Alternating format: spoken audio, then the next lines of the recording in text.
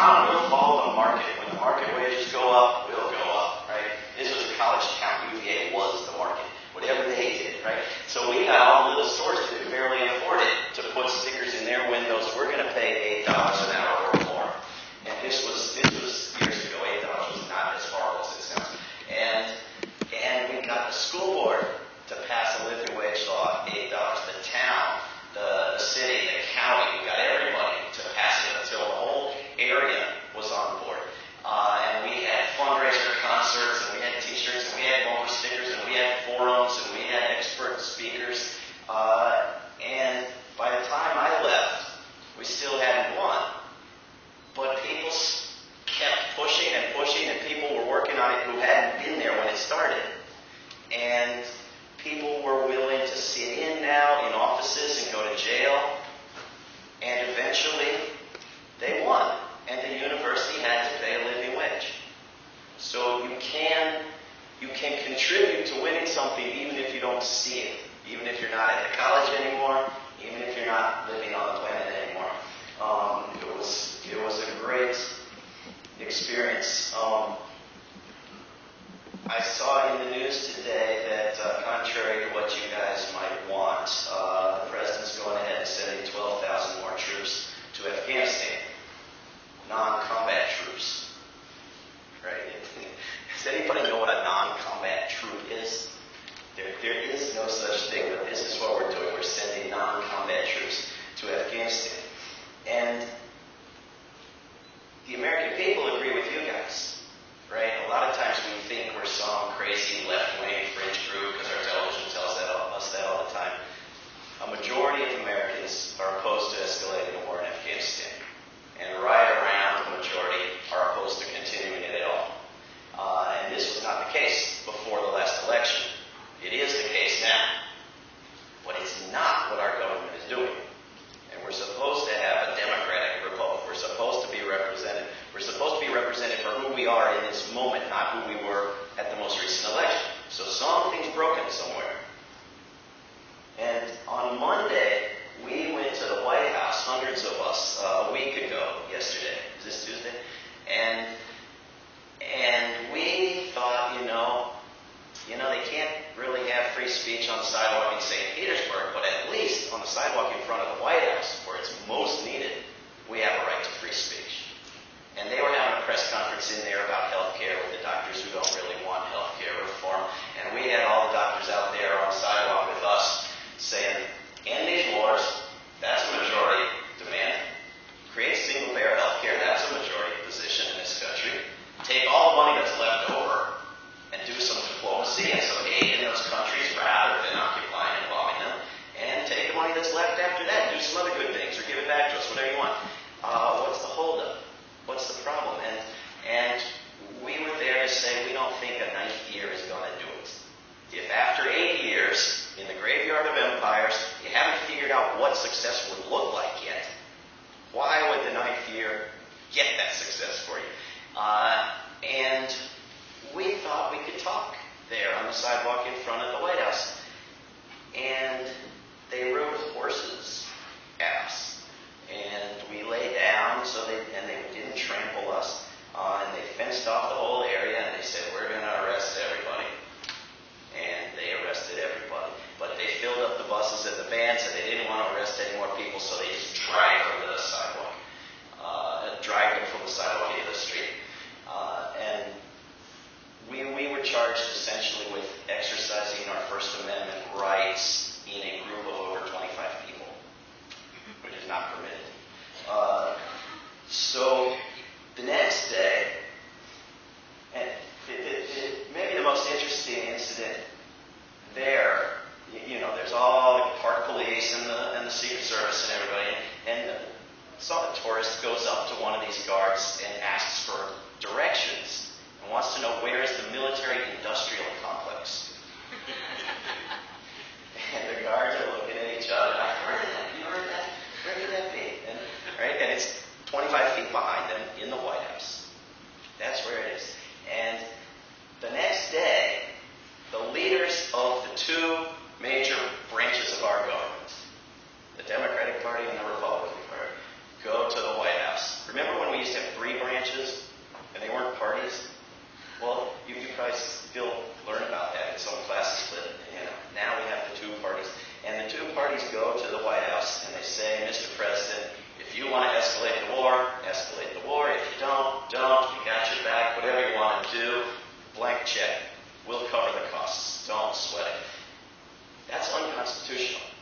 It is not permitted by the United States Constitution. The Congress is required to say when and where we will have a war and to fund it or not fund it. Not to have it done and then pick up the tab later. Well, they go there and they come out and Harry Reid puts his arm around Nancy Pelosi and I'm not sure she was totally with him, but he says, this is what we did. We told the president, do whatever you want to do. It's your war. We'll back you up. And what does the White House do? The White House says, we were going to ignore you schmucks anyway. And we're going to ignore the American public too. And we're going to do what's right for the nation.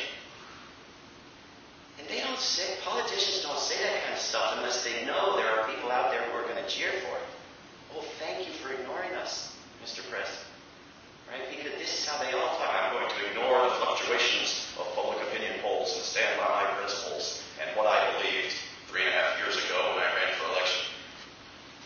The most anti-democratic attitude imaginable, but across the board, all levels of government, both political parties, this is how they talk.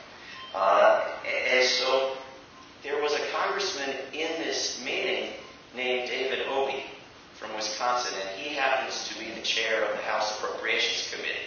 So he gets to write the bill that funds the war, or the bill that funds the health care, or the bill that funds anything. Right? It has to. The funding starts in the House, and it starts with him and his committee. And a couple of years ago, a friend of mine ran into him in the halls of Congress, and her son had been to Iraq twice at that point, and had tried to commit suicide 6 times, and was about to go to Iraq for a 3rd time, and the VA was not helping him with anything. And she asks Congressman Obey, could you stop funding these wars? And he says to her, he screams at her, he calls her an idiot liberal, and he says, I'm going to end the war this year by funding it. And you don't understand anything. And we put this on YouTube, and 1 million people watch. They put it on CNN, MSNBC, because they love that idiot liberal headline they can put on there. And, how did that ending the war by funding it work out for you, Mr. Obey? Right? But on Thursday, he puts out a statement that's a complete reversal. He joins us idiot liberals. He says, I don't think this escalation in Afghanistan is a good idea, and as an appropriator, and he capitalizes appropriator, I might not be inclined to fund this. Right? Now, he votes for more war funding the same day. He voted for it in June. But they're going to need more money by the spring at the latest in one of these supplemental spending bills that they weren't going to do. Right? And even when they don't do them, the wars are outside. They passed a law this year that said you must pay as you go. We're going to be responsible. Anything the government pays for has to raise taxes to pay for it, or has to cut somebody else. Except for wars and banker bailouts and major stuff that nobody likes that we're going to do. Right? And so even when it's in the normal, quote-unquote, defense budget, it's outside of the PAYGO system. And now they're going to do these supplementals. Well, that's an incredible turnaround for David Obey. He needs to be thanked and encouraged and applauded. But every member of Congress needs to be encouraged in that same direction. Right now there's a bill in Congress with 22 names on it that says not a dime for escalating a war in Afghanistan. But even if we passed it, you would have to pass it through the Senate and get the president to sign it. But getting a list of Congress members who will vote no on bills is much more useful. Right? If you can get Congress members to say, I will vote no on funding bills, much more useful than I will vote yes on defunding bills. Because to pass a bill, you need 2 houses and a president. To block a bill, you just need 1 house that we have a fighting chance in. The Senate is hopeless. And the president, we can't control the president. So getting people onto that bill is useful, but getting them to make a commitment that they'll vote no is even more useful. And this is what happened in June. They had a bill to fund the wars, a supplemental spending bill, and 51 Democrats said, I want to look good. I want people to like me. I'll vote no. What the heck? Because they know it's guaranteed to pass, because all Republicans vote for war bills and most of the Democrats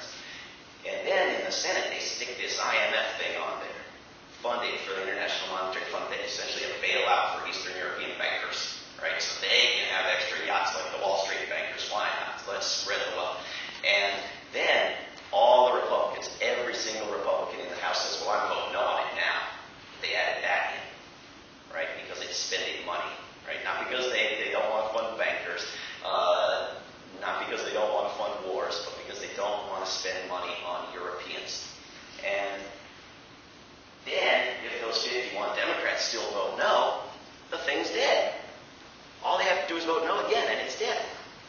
But of course they won't do it. And we spent a week threatening and bribing everything we can to win over our representatives who are supposed to represent us. And this is huge majority opinion.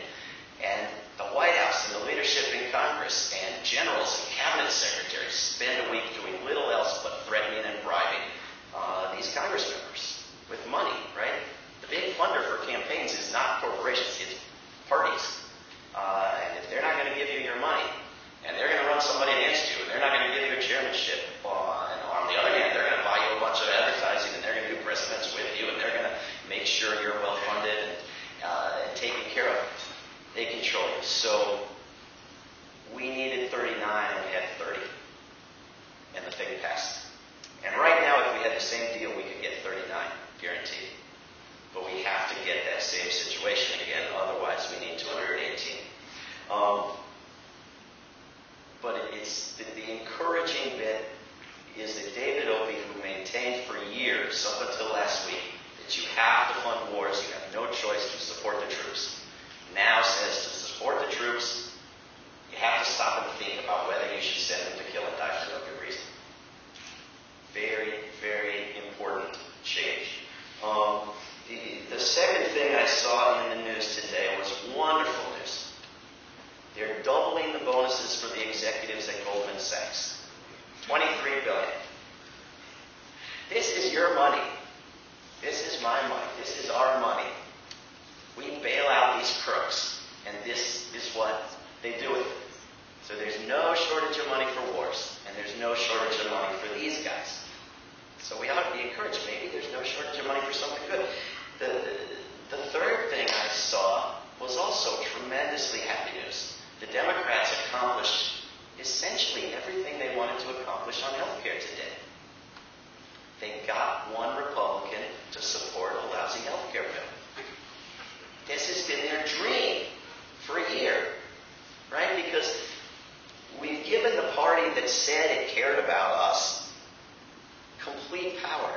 They have huge majorities in both houses plus the White House. And they don't want to do anything. Now, how could they not do anything and blame it on somebody else? Get a Republican on the bill. Now it's a bipartisan bill. And keep the filibuster rule there. And don't replace Kennedy too quickly, and don't talk too much about how you got those 60 senators you always said you needed, and then peace and harmony would rule the planet. Blame everything on the Republicans. So it's a lousy bill. A terrible